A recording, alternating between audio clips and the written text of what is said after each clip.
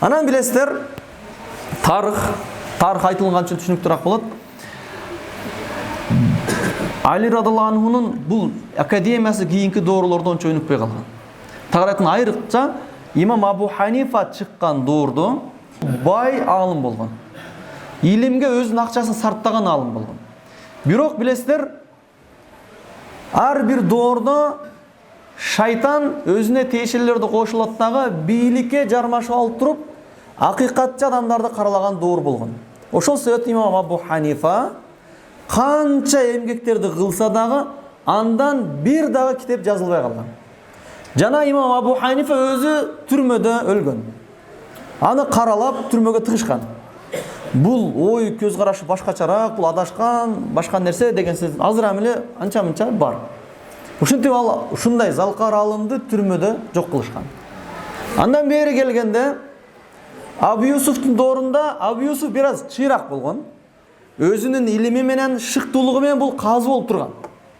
Эл башкарып турган. Эл башкарып көпчүлүк алымдардын өсүшүнө себепчи болуп турган. Бирок мунун дагы көпчүлүк убактысы мусулман алымдарды, илимдүүлөрдү, мусулмандарды коргоо менен өткөндүктөн бул дагы бизге жетип келе турган деңгээлде мурас калтырган мүмкүнчүлүк жеткен эмес. Андан кийинки ошол эле жаш алым Абу Ханифанын шагирти имам Мухаммадтын доорунда Алла Таала берди акыйкаттын жеңиши. Харун Рашид деген падыша келген. Харун Рашид Аллах Таала айткан Курандагы ушул аятка алган адам болгон. Кул ин жа'ал фасиқун бинабаин фатабайяну деген аят бар. Эгерде бирөөнү жамандап, туура эмес кабарды алып келсе, тактап белгиле деген. Бул бир тараптуу ишти кылбайт эле да. Шеп, олор начарраак, биз эле түзүкпүз дегенде укпайт эле. Угат эле, бирок жамандаган тарапты дагы угат эле.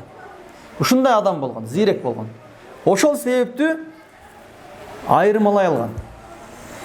Ким таза эмес, ким жөн эле ат аталып турат, ким эмгекти кылып атат, ошолорду айырмалап туруп, имам Мухаммадка, тагыраак айтканда Абу Ханифа мазхабтын алымы имам Мухаммадка чоң колдоо көрсөткөн. Колдоо көрсөткөн кандай кылган? Үйлөрдү алып берип, айлык берип эмес. Мынакей илимди Аллах Тааланын динин кантип өнүктүрөт, түз отуруп алып туруп кеңешти. Ошондо имам Мухаммад да сунуш кылган. Биз имам Абу Ханифанын эмгектерин кайсы маселеде кандай жооп берген, кандай усулда жооп берген биз билебиз деген имам Мухаммад. Имам Абу Юсуфтун да эмгектерин билебиз. Али Кудайга шүгүр тирик жүрөбүз. Жана алардын эмгектерин билген илимдүүлөр бар арабызда. Ушуну кагазга жазып жүрөбүз деген. Мурас кылып калтырабыз. Биздин Ханафи мазхабыбыз эгерде кагазга жазылып түшпөгөндө жок болуп кетет. Буга чейин толтура алымдар өткөн, алардыкы жөн эле эмгектери калган эмес. Ошондо 20 адамга Харун Рашид өзү тагыраак айтканда бюджеттен айлык кылып берген дагы динди өнүктүргүлө деген. Башка эч бир иштиге алек болгула, имам Мухаммад сабак өтөт, айтат, жазасын ардып. Түшүнүп атасыздарбы? Ошондуктан чоң-чоң китептер жазылган. Китабул Асл деген китеп бар, Ханафи мазхабыбызда. Китабул Мабсут деп коет аны, экинчи башкача аты. Анан Жами'ас Сагир деген китеп бар, Жами'ал Кабир бар. Сиярас Сагир, Сиярал Кабир деген китептер бар. Анан Зиядат деген китептер бар. Ушул китептер Харун Рашидтин доорунда 20 алымдын жазуусу менен. Мындай өтөт эле. Имам Мухаммад сабак өтөт. Болду, сабак өтөт, болду, изилденет. Эртеси күнү дагы изилденип кайталап келе сабак өтөт. Бирок өтүлгөн сабактары жөн эле асманга учпайт. 20 алым жазып отурат. Сабак өтүп бүткөндөн кийин мен туура эмес угуп калбадымбы деп бири-биринен кеңешет, ошентип китеп кылып жазылган болчу. Имам Мухаммад болгону бир текшерет, чыгат. Ошол китептердин азыр Китабул Мабсут менен Жами'ас Сагир гана жазылып биздин колубузга кирет. Мына Ханафи мазхабыбызда мынанча китептер жазылса, ушул эки эле китептен көчкөн. Калган китептердин бардыгы өкүнүчтүүсү ошол доордогу жазган алымдардын имам Мухаммаддын жазуусу менен гана турат. Бул үчүн кичине эмгек керек. Анан кимдер жазган бул китепти дегенде, мен алыскы алымдарды айтпай эле, жакынкы биздин Ханафи мазхабыбыздын алымдарын айтайлы. Имам Сарахси. Имам Сарахсини уккансыздар, бул өзгөндүк алым. Бул Китабул Мабсут деп жазган ушул имам Мухаммаддын Асыл деген китебин, Мабсут деген китебин 30 томду кылып жазган. Толук кылып түшүндүргөнгө аракет кылган. Пашты түшүндүргөн. Бирок азыркы күндө мен деген Ханафи менен адам китап алмасы толук окуй элек да.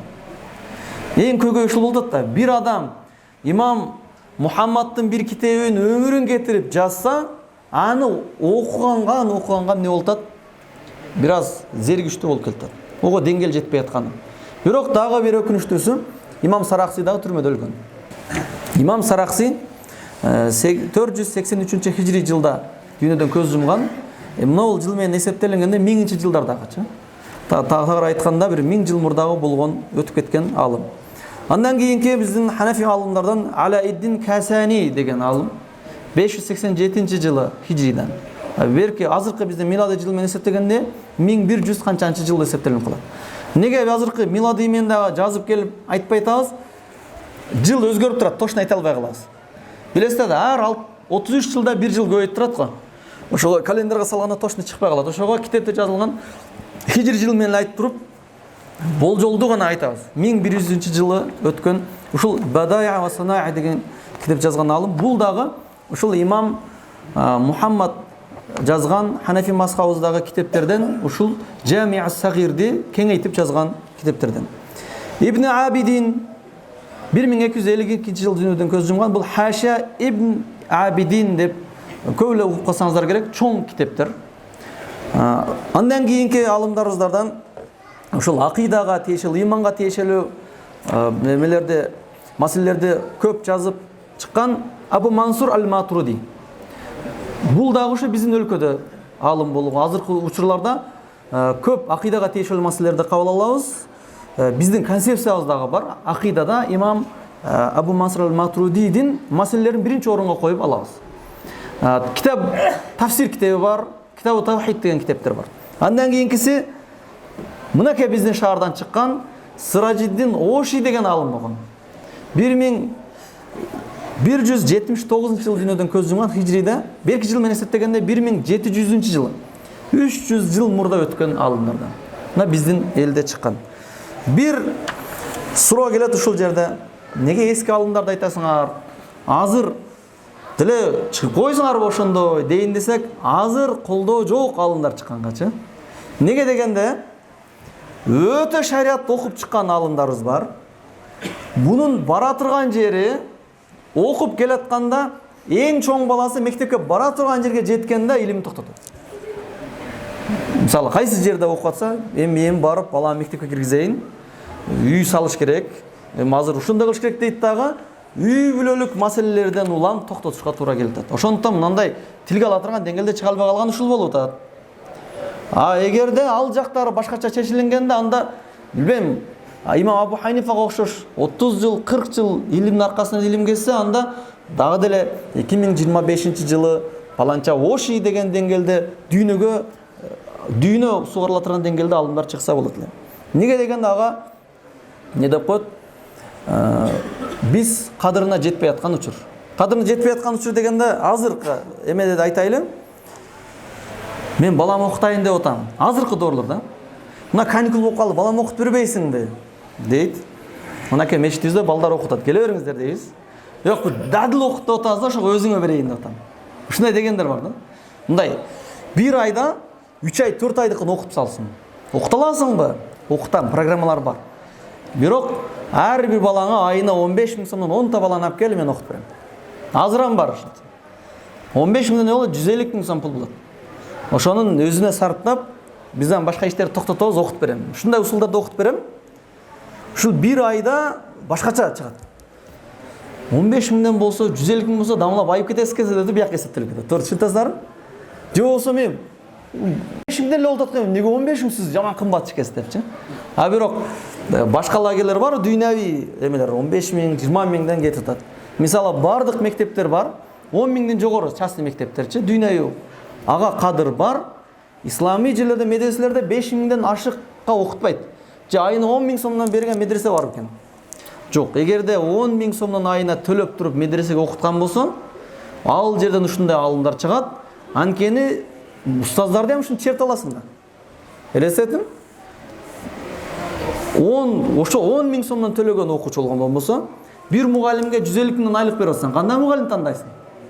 Илимиңи ичип, жеп, түшүңдө дагы кантип сабак берсем экен деп ойлонуп жата турган устаздар сабак берет. Ол адамдарга бериш үчүн ого жараша кылып бериш керек. Тилекке кадыр жок да. Бирок азыркы күндө бизде ондай сабак бере турган дамылар жокпу деген бар устаздар билебиз, ат фамилиясы менен, үйүн адресинен бери билебиз. Бирок тилекке каршы кең сиздер топтолуп туруп бир жерде сабак бериңиздер. Биздеги балдар четке барбастан эле медресени бүтүлүп ушул жерде окуп чоң алым болуп кетсин деп уюштурсаң болот. Ал үчүн ошол алымдарды урматтаган деңгээлдегидей урматтап, ошолор башка жерде иштегендей иштерин токтотура алыш керек. Намазсыз бизнесиңизди токтотуң, мына жактан сизге мындай айлык чыгат. Умраңызды токтотуң, мына бизнесиңизди токтотуң, только сабак бериң дей алыш керек. Ага не кудурет жетпейт. Ал үчүн иншалла азыркы биз айтып аткан доордогудай ислам илимин урматтоо болуш керек. Ошого чоң көңүл буруш керек. Мисалы Аксаны ачкан Салахиддин Аюби, билесиздер, а? Салахиддин Аюби болуш үчүн бул канча кеткен деп эсептейсиздер. Анын апасы Нажмиддин Аюбидин акчасын жалаң Салахиддин Аюбиге жумшаган. Ошол доордогу эң күчтүү илимдердин доктору болгон алымды акчасын төлөп туруп бир адамга сабак бердирген, индивидуальный кылыпчы. Азыр кандай болуш мүмкүн? Мисалы кыргыз дүйнө илимдерге ушундай кан. Мисалы Кыргызстанда эң күчтүү илимдердин доктору бар, ал бияктан мынча акча алат, бияктан мынча акча алат, бияктан тар айтканда 200 000 айлыгы бар десе, 200 000 мен берем, битте окуучуга сабак бересиң. Ошондой кылган да, накта төлөгөн. Ошол себептүү ал башкача алым болуп чыккан. Айтайын деген нерсе бүгүн кыска убакытта мазхаб кармануу жөнүндө сүйлөштүк. Жана анын ичинде имам Абу Ханифа мазхабыбыздын кантип куралынгандыгы, кантип эмгектер жетип атканы жөнүндө сүйлөштүк, жана Ханафи алымдары жөнүндө сүйлөштүк. Жана эң акырында неге ушундай алымдарыбыз бизге чыкпай атат дегендердин көйгөйлөрүн айттык. Анын көйгөйлөрү биз илимди кадырлап айтабыз, тетирсинче ушу илимдүү устаздардын көп деле мындай теңсинбей койтабыз да. Анткени ол кедей да ал депчи. Чындан да кедей болгон 15 жыл иштеп жүрдү да алчы. Сиз Россиялап жүргөндө, сиз дыйканчылык кылып жүргөндө ал китепти кармап отурду, ошол себептен аркада калып кетти алчы.